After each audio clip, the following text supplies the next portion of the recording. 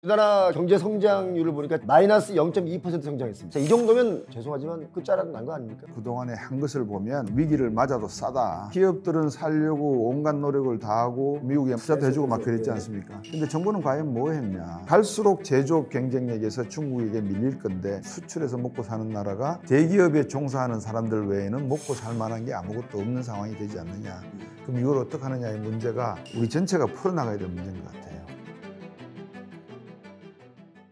자, 머니인사이드 집값이 알고 싶다 시간입니다. 오늘 대한민국 최고의 경제 분석 전문가, 제가 개인적으로 굉장히 존경하고 지금까지 제가 방송을 하면서 만난 경제학자들 중에 찐 전문가이십니다. 우리 곽수영 박사님 모셨습니다. 어서 오십시오. 안녕하십니까.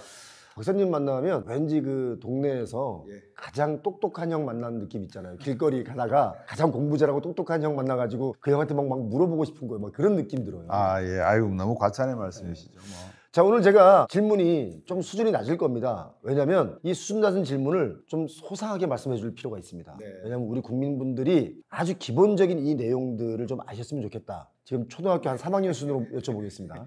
가장 먼저 지금 우리나라 경제 성장률을 보니까 지난 4분기, 지난 1년 동안 마이너스 0.2% 성장했습니다. 자, 이 정도면 어느 수준입니까? 이 정도면 뭐 죄송하지만 끝자락 난 거 아닙니까? 앞으로 더 내려갈 수도 있겠죠. 그거는 이제 미국과 중국 간의 관세 다툼이 어떤 전개 양상으로 가느냐에 달려 있다고 봐요. 우리가 이제 미중 간의 이야기를 할 때 미중만 보지만 사실은 여러분들께서 시청하시는 언론 중에 후티 반군의 미 항모 공격, 이란의 미사일 연료 채우려고 하는 탱크의 폭파 사고, 이런 것들이 지금 다 연계가 돼 있거든요. 사실은 하나의 이슈지만 수많은 이슈들이 붙어 있는 거라서 우리나라 경제를 놓고 우리나라 경제의 어떤 모습만 보는 게 아니라 미국과 중국이 어떤 모습을 하고 있고 EU와 일본은 여기에 어떤 대응을 하고 있고 우리는 전략적으로 어떤 포지셔닝을 취하고 있고 우리는 여기에 대한 어떤 위기 대응 능력이라든지 이런 시나리오를 놓고 정부나 국회에서 논의를 한 다음에 이런 시나리오가 나오면 여기에 대한 준비를 하고 있었는가, 이런 질문까지 다 포함을 해야 되니까 마이너스 0.2% 하락은 제가 볼 때는 선방이라고 봐야 되겠죠. 이거는 선방.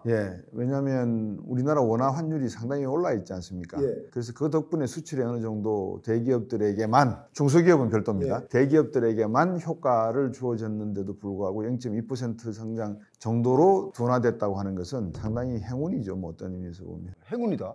자, 그런데 지금 바로 이 부분이 헷갈리는 부분인데요. IMF가 한국 성장률 전망을 1% 정도로 낮췄습니다. 그럼 이 1%와 마이너스 0.2%에는 갭이 엄청난 차이가 나지 않습니까? 왜 1%로 낮췄지만 1%입니까? 예를 들어서 1%라면 이제 연성장률을 이야기한 것이지 않습니까? 보통 우리가 대충 마이너스 0.2% 성장했다 그러면 곱하기 4 하시면 연율 성장이 마이너스 1% 정도 된다, 이렇게 생각하시면 돼요. 0.8%니까. 그렇죠. 그런데 보통 많은 전문가분들이 경제를 예측하실 때 상고 하저를 예측했냐 상저 하고를 예측했느냐, 여기에 따라서 달라지는데 지금 제 느낌에는 상저 하고로 많이 보셨던 것 같아요. 하반기로 가면은 조금 경제가 좋아질 것이다. 그렇게 놓고 보면 1분기 마이너스 0.2%면은 6월 2분기, 3분기 때는 조금 더 성장세가 이제 관세 정책의 방향성이 나타날 거니까 선방하지 않겠나라고 보신 것 같아요. 근데 IMF가 예측하는 방식을 조금 시청자분들에게 설명을 드려야 되는데, 이거 제가 궁금했어요. IMF 쪽에 아시아 담당관이 있습니다. 이분들이 OECD도 마찬가지고 한국의 기획재정부, KDI, 키에트, 에너지경제연구원, 예를 들면 또 뭐 삼성경제연구소, LG경제연구소, 현대경제 다 이렇게 자료를 받습니다. 왜냐하면 IMF는 세계 경제를 안다고는 하지만 한국 경제까지는 신경을 못 쓰잖아요. 그런 데이터도 가지고 있지 않는 것 같고, 그래서 한국에게 물어봅니다. 어느 정도 될 것 같아? 우리가 생각했을 때 한국은행에서 올해는 한 1.2, 1.4 될 것 같아. 삼성경제연구소에서는 한 1.5 정도 될 것 같아. LG에서는 1.0 될 것 같아. 이런 걸 종합해서 자기들이 이제 리포트를 작성한다고. 자기들이 연구한 게 아니고? 연구한 게 아닙니다. 그럼 뭐 IMF도 그냥 우리 얘기 들은 거 남 얘기 듣고 하는 거 아닙니까? 그렇다고 보시면 그러니까 IMF의 한국 경제 성장률 전망이라는 게 뭐 전혀 못 믿을 건 아니지만 잘 짬뽕을 했으니까 그렇다고 본인들이 또 한 게 아니기 때문에 뭐 100% 믿을 만한 건 못 되는데, 지금 경제 성장률을 1%로 낮췄다. 그런데 실질적으로는 마이너스 0.2% 성장한 거지 않습니까? 그렇죠. 너무 차이가 나는 이유가 저는 그렇게 봐요. 이미 시장에서는 시그널을 보내고 있다는 거다. 어떤 시그널이냐 그러면 미국 경제도 지금 안 좋은 방향으로 가고 있지 않습니까? 침체 아니면 불황 갈 수 있다. 둔화는 이미 넘어선 것 같아요. 그래서 침체나 불황의 정의는 2분기 연속 마이너스 성장, 대공황은 마이너스 10% 이하의 성장, 이렇게 정의를 하고 있거든요. 예. 공항에 대한 정의는 제가 내린 정의입니다. 왜냐하면 대공황 때 마이너스 9.5까지 내려갔거든요. 예. 그 다음에 이제 중국 경제를 놓고 보면 올해 4% 성장할 것이다. IMF에서 수정 발표를 한 4.6 정도 내놓은 것 같아요. 예. 근데 이제 중국은 우리가 할인을 좀 많이 해줘야 됩니다. 워낙 통계의 신빙성이나 이런 게 없어서. 그래서 반값 다 깎아버리면 됩니다. 그러면 2% 정도 성장이다. 예. 그러면 미국이 올해 경제 성장률이 당초에 한 3% 할 걸로 생각을 했는데 2.8로 했다. 내지는 한 2.8을 갈 걸로 생각했는데 1.7로 갔다. 예. 이 말은 미국 경제가 침체나 불황 중에서 하나를 택할 것이고 거기에 따른 중국 경제도 4.6 그러지만 실제로는 한 2%에서 1% 사이에 왔다 갔다 할 것이다. 와, 중국이 그 정도면 예. 진짜 우리나라 더 힘든 거 아닙니까? 그래서 이제 우리나라 같은 경제는 마이너스 0.2% 성장했다는 것은 앞으로 일어날 일에 대한 오멘이다. 전조증상. 전조증상이다. 이렇게 보셔도 될 것 같아요. 자, 그런데 이거를 여쭤볼게요. 지금 사실상 대공황급에 준한 또는 대공황급보다 더한 위기가 한 번 올 것이다. 예를 들어서 뭐 엘리엇 파동으로 말씀하시는 분도 그렇고 또 여러 가지 데이터를 가지고 말씀하시는 분들인데 박사님은 이걸 이 대공황이라는 게 우리나라에 올지 뭐 이런 거에 대해서 생각을 해보셨습니까? 그 질문을 제가 조금 틀어서 이렇게 말씀을 드릴게요. 지금 비대칭 경제국이라 그래야 되나요? 비대칭성이 지금 상당히 도드라지고 있는 게 미국과 중국이거든요. 예를 들어서 이렇게 질문을 하면 중국은 트럼프 대통령 2기가 당선이 되자마자 출범하자마자 관세를 때릴 거를 예상을 했을까? 거기에 대한 시나리오를 준비하고 있었을까? 저는 했다고 보여지거든요. 왜냐하면 1기 때 두들겨 맞았기 때문에 2기가 되면 더 강하게 들어올 수도 있겠구나 라고 중국 정부는 당 비서실을 통해 가지고 준비를 했을 거라고 저는 생각이 돼요. 그럼 거꾸로 이제 한국 정부는 과연 그 내용을 준비하고 있었을까? 제가 볼 때 못했을 것 같은데요. 못한 게 아니라 안 했을 겁니다 아마.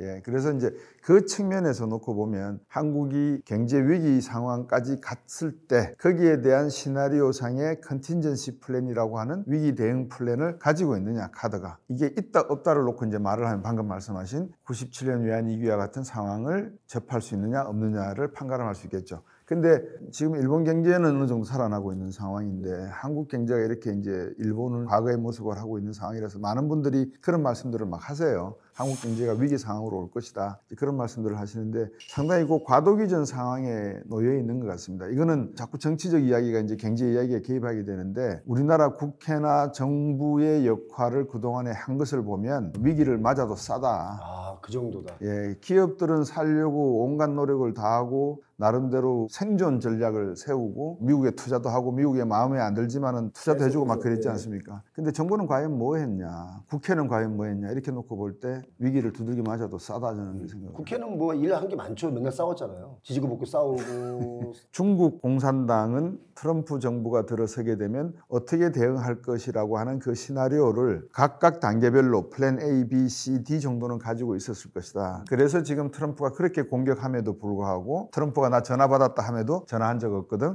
우리 만났다, 만난 적 없거든 하면서 시진핑 주석은 끝까지 버티고 있는 상황이고 예. 다른 한편으로는 후티를 지원하면서 미국 군함을 공격하고 있고 이란을 지원하면서 무기 생산에 지원을 하고 있고 제주도 밑에는 파이프라인 2개를 박아가지고 언제든지 콘크리트를 갖다 부으면은 인공섬을 만들 수 있는 시설물을 만들고 있고 그런 상황들을 지금 중국은 벌이고 있는 거죠. 그래서 그런 걸 가만히 놓고 보면 중국이라고 하는 나라가 미국에 어떻게 접근해 오면 나는 이쪽으로 우회술로 쳐가지고 당신들을 더욱더 마음 졸이게 할 거야 라는 생각 정도는 가지고 있었지 않나. 그래서 관세에 대한 걱정보다도 앞으로 미국이 헛발질하고 자살골 넣을 가능성이 있는데 그럴 경우에 우리는 어떻게 가져갈 것인가에 대한 고민도 동시에 하고 있다. 그렇게 또 확대 해석을 가능하다고 보여져요. 요즘 보니까 트럼프 대통령이 오히려 좀 쫄았던데요.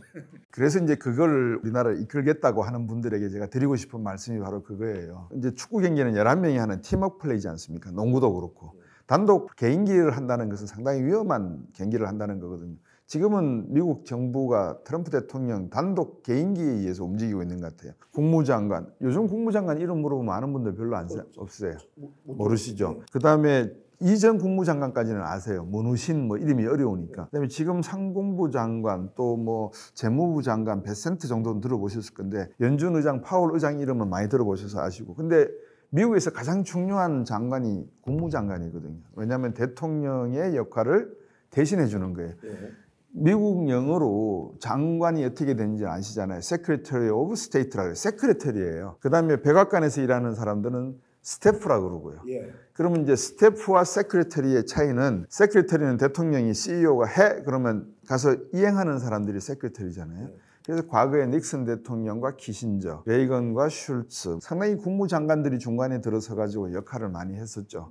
근데 우리 지금 트럼프 대통령을 보면 그런 조력을 하는 사람들이 거의 눈에 띄지를 않아요. 트럼프 대통령 마음대로 하는 거죠. 그래서 트럼프 대통령한테도 어제 그런 질문을 했잖아요. 당신이 집권하면 24시간 안에 러우 전쟁 끝낸다 그러지 않았느냐? 어떻게 된 거냐? 그러니까 트럼프 대통령이 농담이야? 뭐 아니랍니다. 뭐 이런 식으로 대답을 했단 말입니다. 아니면 말고. 아니면 말고. 그래서 이제 참 트럼프 참 편하게 사네요. 그래서 그런 거를 대한민국의 차기 정부가 들어설 사람에게 제가 이제 말씀을 드리고 싶은 거예요. 왜냐 그러면 부동산 이야기가 하나에 묶여 있죠. 우리의 소득 수준 문제가 하나 엮여 있죠. 양극화 문제에 엮여 있죠. 저출산 문제에 엮여 있죠. 국토 균형 발전 문제가 엮여 있죠. 수출 문제가 엮여 있죠. 이게 모두가 하나의 염주처럼 쫙 꿰어져 있는데 이거 하나 달랑 들고 일어나 버린다고 해서 인기가 순간적으로 끌어. 예를 들어서 행정수도를 세종시로 옮기겠다. 세종시 집값이 들썩거렸다. 차기 정부의 인기도가 올라갈 가능성이 크다. 부동산 가격이 이제는 상승 비율을 탔다. 이거 완전히 풍선 효과잖아요. 그거 아니 말이 안 되죠. 그런 이야기가 나올 때마다 오히려 국회의 집권의 가능성이 있는 다수당 쪽에서는 불을 꺼주는 게 낫죠. 그렇죠. 불 지피는 게 아니라. 근데 그런 이야기가 안 나오잖아요. 근데 예전엔 불을 많이 지폈어요.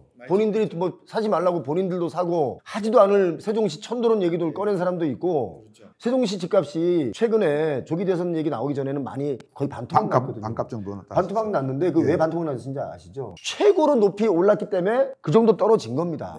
최고로 높이 왜 올랐냐면 그런 뻥 치는 거에 사람들이 넘어가가지고 고점을 막 달리다가 아니냐고 떨어진 거잖아요. 지금 요번에 또 속는 분들이 있더라고요. 근데 그거는 투자하시는 분들, 구매하시는 분들에게도 제가 좀 말씀을 드리고 싶은 게 있어요. 이번에 모 대선 후보에 관련된 주식이라 그래가지고 어디 뭐 테마주 1,000원짜리가 9,000원이 되고 막 그러잖아요. 그건 참... 그러니까 그런 거는 소위 부동산에서 몇 가지 격언이 있더라고요. 3번 오른다. 호재가 발생할 때 오르고 착공할 때 오르고 완공되면 오른다. 그리고 부동산은 현금을 가지고 있으면 휴지 조각되지만 부동산에 10년 묻어두고 있으면 적어도 30배는 오르더라. 뭐 이런 이야기들이 많이 있잖아요. 그거는 뭐 사실이니까 제가 부정할 생각은 없습니다. 그런데 소위 말해서 이렇게 풍선이 막 터질 정도로 이렇게 커지고 있는 상황에 대해서 우리 표영호 TV나 이런 걸 보셔가지고 지금 시제 상황이 어떤지 현장의 모습이 어떤지를 보시고 아직까지는 참아야 되구나. 충분히 시그널을 주시거든요. 표영호 TV에서 지금은 부동산 시장이 어느 정도 수급의 가능성이 있다. 이런 시그널을 받으셔갖고 구매를 하시는 게 아니라 그냥 감으로 뛰어드시는 경우가 많으시기 때문에 이거는 투자하는 분들도 책임이 있다. 그래서 저는 그렇게 봅니다. 그래서 이제 아까도 말씀드렸지만 정부로서는 대통령과 스태프들의 역할이 중요하고 그 역할을 통해서 국회와 소통을 해서 민생과 국민 경제를 어떤 방향으로 가이드라인을 제시해 주는 것이 가야 된다는 것인데 이게 개발 도상 시대에는 박정희 대통령 시절에는 일사천리로 쫙 가버렸으니까 어느 정도 효율이 있었지만 또 중국도 이제 시진핑 주석이 그런 내용을 갖고 있었으니까 효율을 보여줬지만 중국도 이제 한계에 부딪혔고 미국도 트럼프라는 사람이 교황이 돌아가시는데 어떻게 생각하시냐 나한테 교황되고 싶다 뭐 이런 말들 해버리는 사람이니까 그런 의의 정치 지도자들이 나서서 전국 시대를 만들어 놓고 있으니 미국의 신뢰와 미래의 어떤 패권의 경쟁에 있어서 한국의 전략은 어떤 방향으로 가져가야 되고 이 방향이 이렇게 가게 되면 부동산 시장은 어떤 개발 절차를 따라야 되고 인프라는 어떻게 구축을 해야 되고 제조업의 경쟁력은 어떻게 가야 되고 출산율은 교육 문제와 어떻게 엮어야 되고 이게 한꺼번에 쫙 그림으로 나와야 되거든요. 근데 중국은 그게 호유방까지는 나왔던 것 같아요. 자기들 말로는 그래요. 근데 지금 시진핑 주석 들어가지고는 그게 없다. 그래서 이제 시진핑 주석은 내부적으로도 좀 상당히 도전을 받고 있는 그런 모습인 것 같아요. 중국에서는 이제 권력이 좀 한번 또 흔들릴 수도 있다. 그런 것 같아요. 그러니까 이런 상태가 되니까 미국과 중국의 경제가 이렇게 흔들리게 되면 또 정치가 흔들리게 되면 항상 그렇잖아요. 안에서 문제가 생기면 밖에다가 눈을 막 돌리게 만들잖아요. 그래서 제가 아까 말씀드렸던 후티 지원, 이란 지원, 대만 침공 시나리오의 예행 연습으로 포위 작전 한번 훈련, 그다음에 한반도에다가 말뚝박기 이런 것들이 동시다발적으로 이루어지고 있다. 이렇게 보시면 외부로 시선을 돌리게 하는 것 중에 하나일 수도 있다. 지금 일본의 부동산 가격이 최근에 와서 한 30% 정도 올랐습니다. 최근이라는 게 한 1년 뭐 사이고 한 6개월 사이인데 사실 잃어버린 30년 그래서 30년 동안 집값이 안 올랐는데 정확하게 말씀드리면 한 25, 6년 동안 집값이 안 올랐습니다. 폭락을 한 후에. 그러니까 엄청난 한 세대가 흘러갈 정도로 집값의 흐름이 안 좋았죠. 네. 그런데 최근에 이제 조금씩 반등을 하고 나서 한 2, 3년, 3, 4년 사이에 반등을 조금씩 하더니 최근에 갑자기 또 올랐단 말이죠. 그러니까 일본 경제가 좀 좋아지고 있다는 증거이기도 한데, 왜냐면 돈이 돌아야 일본도 뭐가 돌아가니까. 그런데 중요한 게 뭐냐? 지금 대한민국이 장기 침체 고착화가 되어 간다는 얘기들이 많습니다. 이러면 대한민국이 일본처럼 잃어버린 20년, 잃어버린 30년이 될 수 있지 않느냐? 그거는 너무나 많은 분들이 말씀들을 하고 계시고 경고를 막 하시고 있는 상황이라서 네. 제가 덧붙일 필요도 없는 것 같아요. 그 정도? 근데 그 질문하시는 것에 부동산에 제가 초점을 조금 맞춰 드릴까 싶어요. 예. 일본의 집값이 오르는 게 소위 말하면 일본이 우리보다 면적이 넓지만 사람이 살 수 있는 지역은 도쿄 지역과 교토 지역 그리고 남부 섬 일부 지역에 이렇게 펼쳐져 있지 않습니까? 살 수 있는 땅이 좁잖아요. 예. 그리고 초고령화 사회에 진입하다 보니까 시골집은 벌써 수만 채가 예. 빈집으로 나오고 있고 예. 집값이 오른다고 하시는 말씀은 도쿄에 있는 집값이 오른다는 말씀이시겠죠. 예.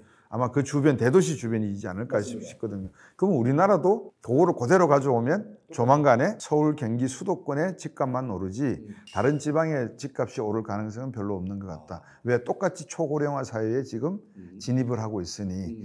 그 다음에 또 하나의 패턴을 놓고 보면 일본 같은 경우는 소위 소득 양극화가 국민들 사이에 하나의 당연한 걸로 자리가 잡은 것 같아요. 예. 다시 말씀드리면 나는 이렇게 살아야 될 사람이니까 요 직장에 만족하고 이렇게 살아야지 저 높은 곳을 향해서 가려고 하다가는 내 가랭이 째진다. 이런 게 어느 정도 구축이 돼 있는 듯한 느낌을 제가 받거든요. 근데 한국은 아직도 나는 저 높은 곳을 향해서 갈 수가 있어 라고 생각을 하시는 거예요. 이거를 정치하는 분들이 잘 틀어주면 좋은 방향으로 갈 수 있죠. 우리가 성장할 수 있고 지방의 어떤 균형 발전이나 이런 방향으로 틀어서 잃어버린 30년을 피해갈 수가 있는 거죠. 근데 이 방향을 잘못 틀어버리면 아까 이제 많은 경제 전문가들이 뭐 잃어버린 30년 우리도 간다. 저출산 봐라. 양극화 봐라. 이건 뭐 일본 그대로 따라간다. 이제 이런 식으로 자포자기하는 듯한 방향으로 가게 되면 방금 말씀하신 그 내용을 피할 수가 없을 겁니다. 그래서 부동산 가격도 결국은 서울 수도권에 집중이 된다고 하지만 지방에서 저번에 주신 말씀처럼 뭐 대구 같은 경우에는 900세대가 넘는 아파트가 통째로 미분양됐다고 말씀드렸잖아요. 그런 현상들이 이제 비일비재하게 나타날 것이고 그러면 서울과 나머지 지역들의 어떤 불균형 문제는 일본을 따라가지 않을 수밖에 없다. 거기다가 갈수록 제조업 경쟁력에서 중국에게 밀릴 건데 그러면 우리는 수출해서 먹고 사는 나라가 대기업에 종사하는 사람들 외에는 먹고 살 만한 게 아무것도 없는 상황이 되지 않느냐. 그럼 이걸 어떻게 하느냐의 문제가 우리 전체가 풀어나가야 될 문제인 것 같아요. 이미 시장에서 주는 시그널을 다 받았기 때문에 국회, 정부, 기업, 가게 모두가 다 이제는 정신을 한 곳으로 모아야 될 그런 시점인데 최영호 TV에서도 그렇고 우리 한문도 교수님이나 다른 분들이 말씀 주시는 내용에 그거를 경고성, 오면 전조 현상으로 받아들이셔야 되는데 이거를 마치 지금 일어나고 있는 일이고 미래에 새 정부가 들어서고 새 국회가 만들어지면 이게 완전히 뒤집어질 수 있는 그런 상황으로 투자를 하시거나 이제 이거는 투기죠, 일종의. 가정을 세우시면 좀 위험한 상황이지 않나 싶습니다. 너무 주변에서 들려오는 여러 가지 정책적인 실행도 좀 가능하지 않은 얘기들을 호재 삼아서 막 바람 잡히는 건 옳지 않다. 자, 끝으로 이거 하나만 여쭤보겠습니다. 지금 미국 달러의 가치가 하락을 했는데 왜 하락했으며 달러 가치가 하락했음에도 불구하고 왜 우리 환율은 떨어지지 않는지 아직도 1,400원대 위에 있지 않습니까? 이 두 가지 딱 간단하게 설명해 주시면. 미국 트럼프 대통령의 정책으로 인해서 무역 정책을 때리면 자본시장은 관계가 없겠다라고 생각을 했는데 무역을 때려버렸는데 자본시장의 불똥이 튀어버렸어요. 그게 미국을 이제 더 이상 못 믿을 수밖에 없지 않나. 이제 그런 심리가 조성이 되는 것 같아요. 그래서 이제 달러화의 종말 이야기들이 요즘 많이 나오고 있고요. 금 가격이 4,000달러까지 간다라는 이야기가 거기에 대한 배경이고 암호화폐 중에서 비트코인과 이더리움 쪽도 가격이 오르는 게 아마 대체 통화에 대한 그 문제가 조금씩 등장할 가능성이 있다. 중국이 바로 그 문제를 지금 건드리고 있는 상황인 것 같고요. 보통 우리가 국제 결제에 있어서는 스위프트 코드를 이용을 하는데 중국이 CIPS라고 하는 새로운 결제 방식을 도입을 했거든요. 그래서 이제 그런 것들이 맞물려 가는 상황이기 때문에 달러화의 위상에 흔들림은 트럼프 대통령에 의해서 만들어진 헛발질 내지는 자살골로 갈 가능성이 4년 뒤에 좀 격화될 수 있다는 문제 같고요. 그럼에도 불구하고 우리나라 통화는 왜 떨어지지 않고 올라가고 있느냐. 일본 통화는 상당히 강세를 보이고 있죠.